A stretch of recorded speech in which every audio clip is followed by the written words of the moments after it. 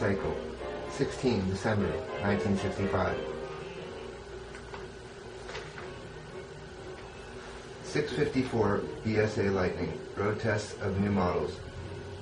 Most readers of road test reports on sports machines look first at the speed and performance figures, and the figures may have a big influence on the decision to buy or not. A pity this, because in the life of any fast model, the occasions when the top speed can be used are likely to be rare, and often it has been built in the engine at the expense of a more desirable quality. This has been closely studied by BSA since their 654 Lightning was introduced a year ago.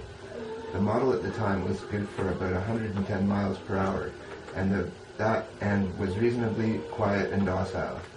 This old English is going to really mess me up, so I'll try to do it as smoothly as I can, guys. But it was felt there was more room for improvement.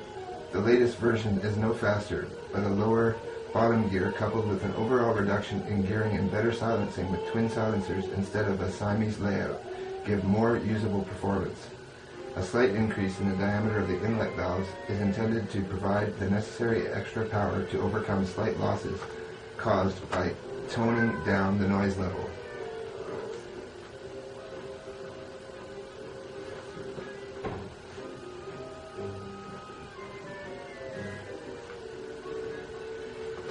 With the twin carburetors fitted to the first Lightning, it was virtually impossible to reach the left side pilot air screw.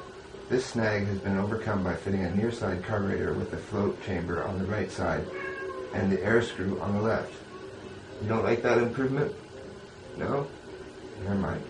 The float ticklers can be reached by ungloved index finger, but an easy, perhaps easier way to flood the mixing chambers before starting is to hold the model to each side for a few seconds. Even when the model was encrusted with a layer of frozen snow after a night in the open, it started on the second swing of the Kickstarter. Gearing of the pedal is ideal, and it is easy to spin the crankshaft vigorously enough to overcome the oil drag in the semi-archaic conditions. Sorry, I was thinking of the BSA, not the conditions of the country. Semi-Arctic conditions. The air lever would be partially open almost immediately and fully open within a half a mile. On the latest 1966 model, the ignition switch is mounted on the side of the steering headbutt. Here it is just as accessible as the headlamp shell, yet is out of the way. No emergency start position is provided as the latest 12-volt generator will provide enough starting current through the batteries when they are flat. Stiction of the plates has been virtually overcome with a new 6-plate clutch and latest friction material, and it is no longer necessary to free the plates by depressing the Kickstarter with the handbar lever raised before the first start of the day.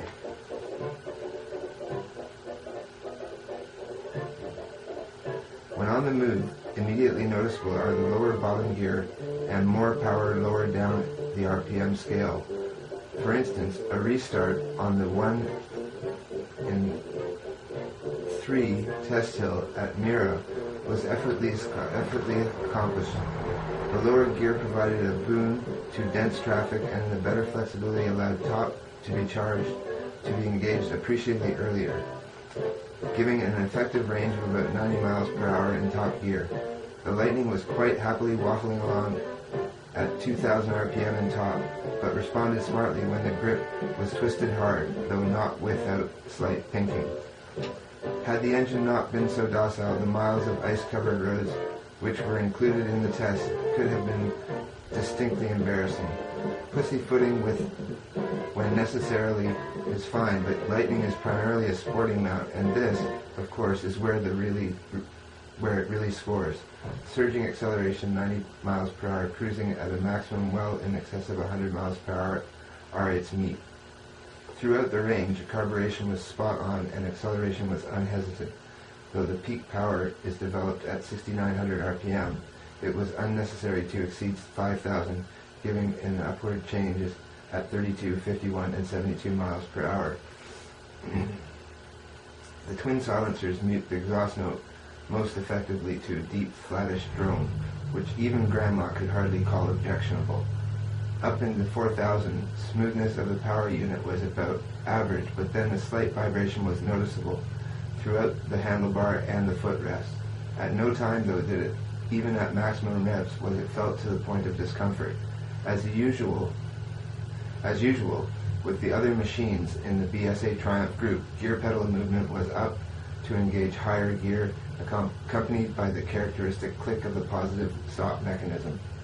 Right up to the maximum, straight-ahead steering was utterly positive. Fast and low-speed bumpy corners, whether wet or dry, could be negotiated with zest, and a rapid change of direction through the S-bends was just effortless fun. A steering dampener is fitted, but was never used. Though weights were clipped on the spoke nipples, the front wheel was still slightly out of balance. An unmade road with a badly broken surface tackled at 40 miles per hour failed to produce any bottoming or clashing of the suspension, and damping characteristics on the front and rear proved to be well matched. Width of the 8-inch diameter front brake drum is 25% greater than previously. The benefit was mainly noticeable when braking hard from high speeds, but overall effectiveness was largely offset by the poor rear brake. Throughout the test, it lacked real bite. Neither the brake was affected by the prolonged high-speed cruising or saturated roads.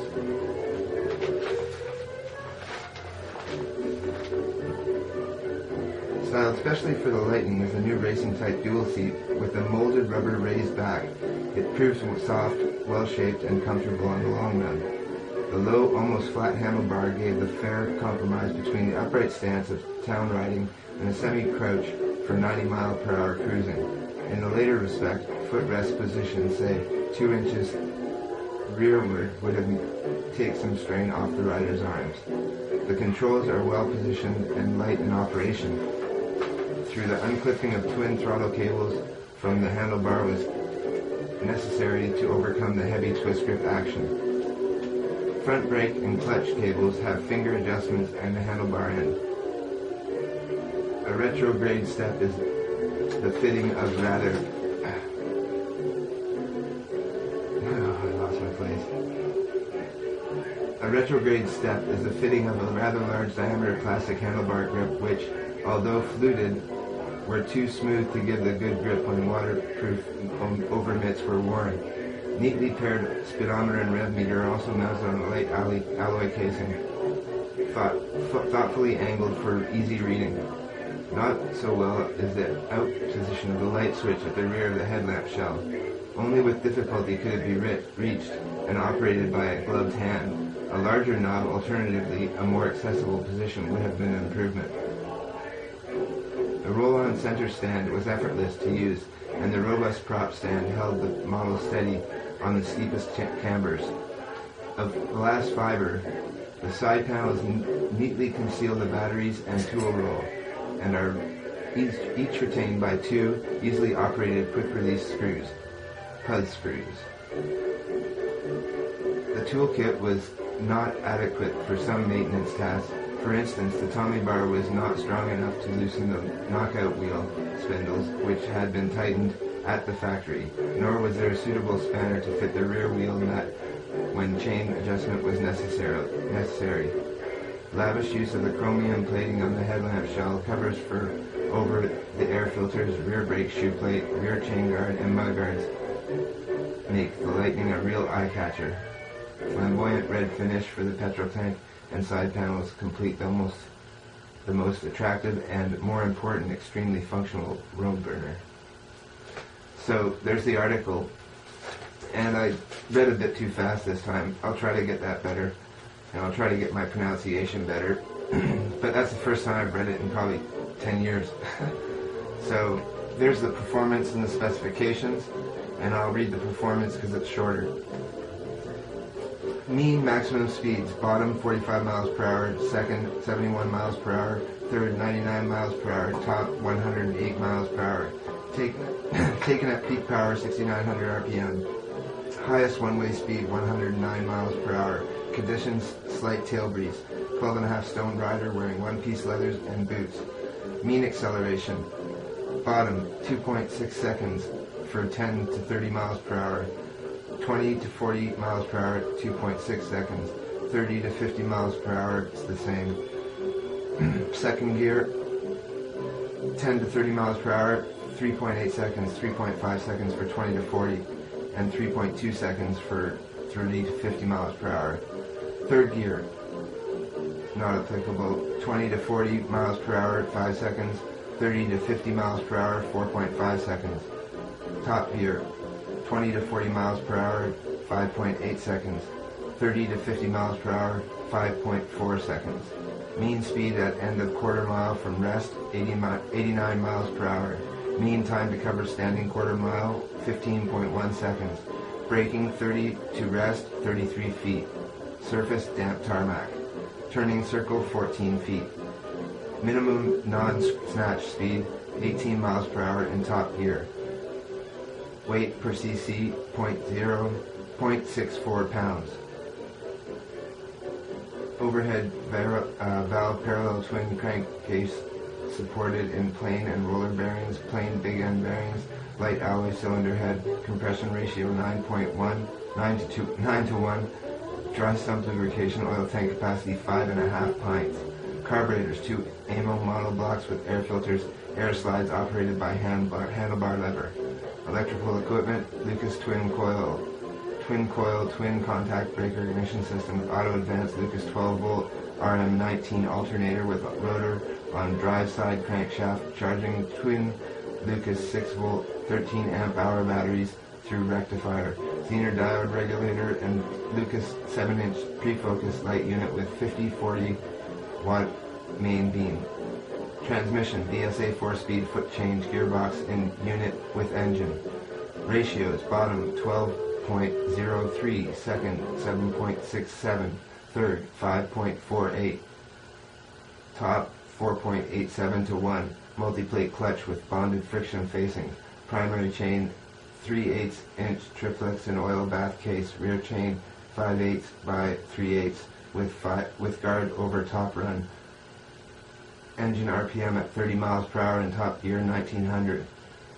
That's a 530 chain if anybody wants to get the cross-reference to 5/8 inch by 3/8 inch chain. It's a 530 chain. Fuel capacity, 4 gallons. Tires, Avon 3.25 by 19-inch Speedmaster Mark II, same tire I run. Ribbed front 3.50 and 19-inch SM rear. So they actually had 19 rear, so that would be higher top speed with the 19 as opposed to an 18 as it actually is a gear basically. Brakes, 8-inch diameter front, 7-inch rear, finger adjusters. Suspension, BSA telescopic forks with 2-way hydraulic dampening, pivoted rear fork controlled by Girling spring end hydraulic units with 3 positions and adjustment for load. Dimensions, wheelbase 56 inches, ground clearance 5.5 inches, center stand. Seat height 32 inches, all unladen. Weight 421 pounds, fully equipped with full oil tank and approximately 1 gallon of petrol. Price 355 pounds, including British purchase tax. Road tax 8 pounds a year and £2 19 shillings for 4 months.